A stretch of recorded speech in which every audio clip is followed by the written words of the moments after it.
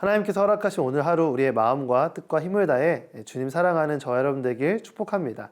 목요일 말씀을 함께 나눌 김승환 목사입니다. 쿨하다라는 표현이 있습니다. 이 본래의 뜻인 시원하다라는 뜻보다 이 구어체 영어에서는 멋지다라는 표현을 할 때 쓰이는 단어이죠. 미국의 영화나 드라마에서 자주 나오는 표현이라 우리나라에서도 답답하지 않고 형식에 구애받지 않는 멋진 모습을 표현할 때 사용하곤 합니다.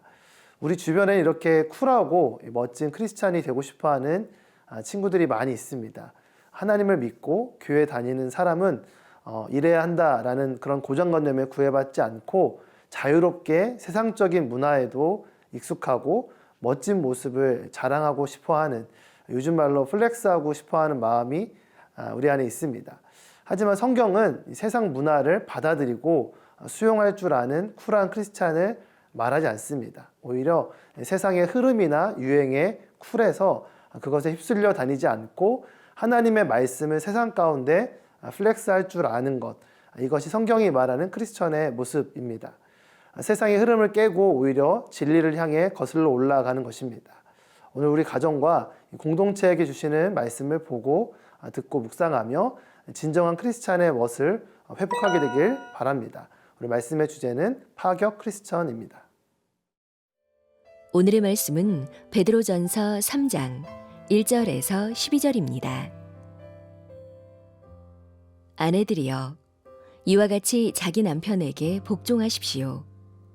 이는 말씀에 순종하지 않는 남편일지라도 말이 아닌 아내의 행실로 인해 구원을 얻게 하려는 것입니다. 그들이 두려움으로 행하는 여러분의 깨끗한 행실을 보고 그렇게 될 것입니다. 여러분은 머리를 따내리거나 금장식을 달거나 옷을 화려하게 차려입음으로 외모를 단장하지 말고 오히려 마음에 숨은 사람을 온유하고 고요한 심령에 썩지 않을 것으로 단장하십시오. 이것은 하나님 앞에서 아주 귀한 일입니다. 전에 하나님께 소망을 두었던 거룩한 여인들도 이처럼 자기 남편에게 복종함으로 스스로 단장했습니다. 이는 사라가 아브라함을 주라 부르며 그에게 순종한 것과 같습니다. 여러분은 선을 행하고 아무리 무서운 일에도 두려워하지 않는 사라의 딸들이 됐습니다. 남편들이여, 이와 같이 아내는 더 연약한 그릇인 것을 알고 그녀와 함께 살아야 합니다. 또한 생명의 은혜를 함께 상속할 사람으로 알아 귀하게 여기십시오. 이는 여러분의 기도가 막히지 않게 하려는 것입니다. 마지막으로 여러분은 모두 한 마음을 품고 서로 동정하며 형제를 사랑하며 불쌍히 여기며 겸손하십시오. 악을 악으로 갚거나 욕을 욕으로 갚지 말고 도리어 축복하십시오. 이는 여러분이 복을 유업으로 받기 위해 부르심을 받았기 때문입니다. 그러므로 말씀하시기를 누구든지 생명을 사랑하고 좋은 날 보기를 원하는 사람은 혀를 금해 악한 말을 하지 못하게 하고 입술로 거짓을 말하지 못하게 하며 악에서 돌이켜 선을 행하고 화평을 따르고 화평을 이루라. 이는 주의 눈이 의인들을 향하시고 주의 귀는 그들의 기도에 기울이시나 주의 얼굴은 악을 행하는 사람들을 대적하시기 때문이다. 라고 했습니다. 하나님께서 원하시는 가정의 모습은 어떤 것일까요? 1절부터 8절까지의 이 가정에 대한 말씀 속에서 우리가 발견할 수 있는 것은 가정의 가장 기초적인 조건은 남자와 여자로 이루어졌다는 것입니다. 너무나 당연하다고 생각할 수 있지만 우리의 믿음 안에 세상이 말하는 것처럼 동성으로 이루어진 다른 형태의 가정은 없습니다. 꼭 기억하시고 흔들리지 않기를 바랍니다. 먼저 아내들에게 주신 말씀은 자기 남편에게 복종하라는 것입니다. 특별히 하나님을 믿지 않아 성경 말씀에 순종하지 않는 남편을 구원하기 위해서는 무엇보다 믿음의 행동이 필요합니다. 그 믿음의 행동은 외모를 단장하는 모습이 아니라 우리의 내면적인 인격을 가꾸는 것입니다. 4절 말씀입니다. 오히려 마음에 숨은 사람을 온유하고 고요한 심령에 썩지 않을 것으로 단장하십시오. 이것은 하나님 앞에서 아주 귀한 일입니다. 마음에 숨은 사람, 즉 우리의 인격은 온유해야 합니다. 온유는 친절하고 부드럽고 자상한 것을 말합니다. 이러한 온유함은 외부에서 폭풍이 치는 상황 속에서도 고요하게 나타납니다. 왜 여성들에게 이런 말씀을 주셨을까요? 이 남성들의 모습 속에 철부지 아이와 같은 모습이 있기 때문입니다.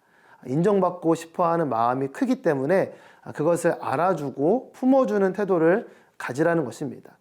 세상은 무조건 나의 권리를 요구해서 쟁취하라고 말을 합니다. 하지만 하나님의 방법은 상대방의 연약함을 알고 품어주는 인격적인 방법입니다. 7절 말씀입니다. 남편들이여 이와 같이 아내는 더 연약한 그릇인 것을 알고 그녀와 함께 살아야 합니다. 또한 생명의 은혜를 함께 상속할 사람으로 알아 귀하게 여기십시오. 이는 여러분의 기도가 막히지 않게 하려는 것입니다.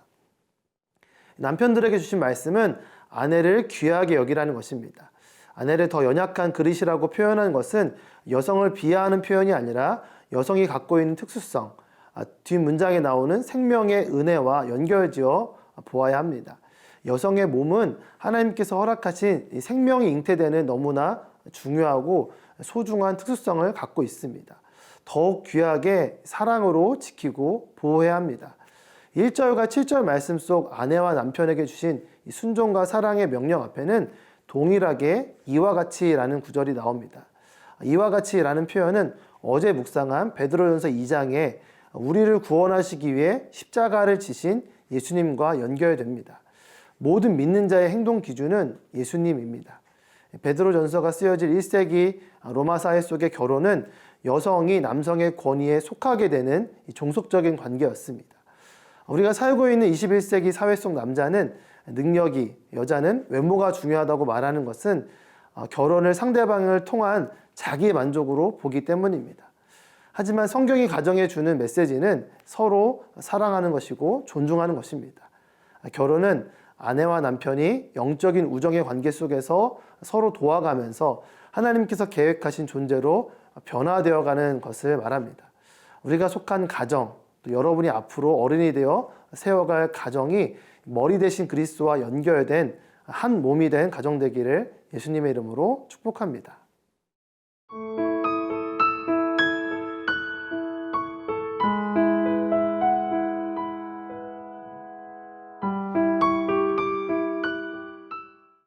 가정 안에 훈련된 모습들은 각 사람과 연결된 이 공동체로 확장되어 가야 합니다. 8절 9절 말씀입니다. 마지막으로 여러분은 모두 한 마음을 품고 서로 동정하며 형제를 사랑하며 불쌍히 여기며 겸손하십시오. 악을 악으로 갚거나 욕을 욕으로 갚지 말고 도리어 축복하십시오. 이는 여러분이 복을 유업으로 받기 위해 부르심을 받았기 때문입니다.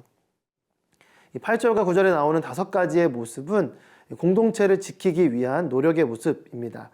서로의 다름을 인정하고 조화를 이루어 한 마음을 품는 것, 서로의 아픔에 공감함으로 동정하며 형제를 하나님의 사랑으로 품는 모습, 자신을 용서해 주신 주님을 기억하며 형제를 불쌍히 여기고 낮은 마음으로 겸손하는 것을 말합니다. 쉽지 않지만 예수 그리스도를 바라보면서 성령님의 임재와 충만을 구하며 우리가 이루어 가야 합니다. 큰 배신을 당하거나 악한 계략에 빠질 때가 있습니다. 순간 분노하고 이 모든 것을 뒤집어 버리고 끝내고 싶은 마음이 일어납니다.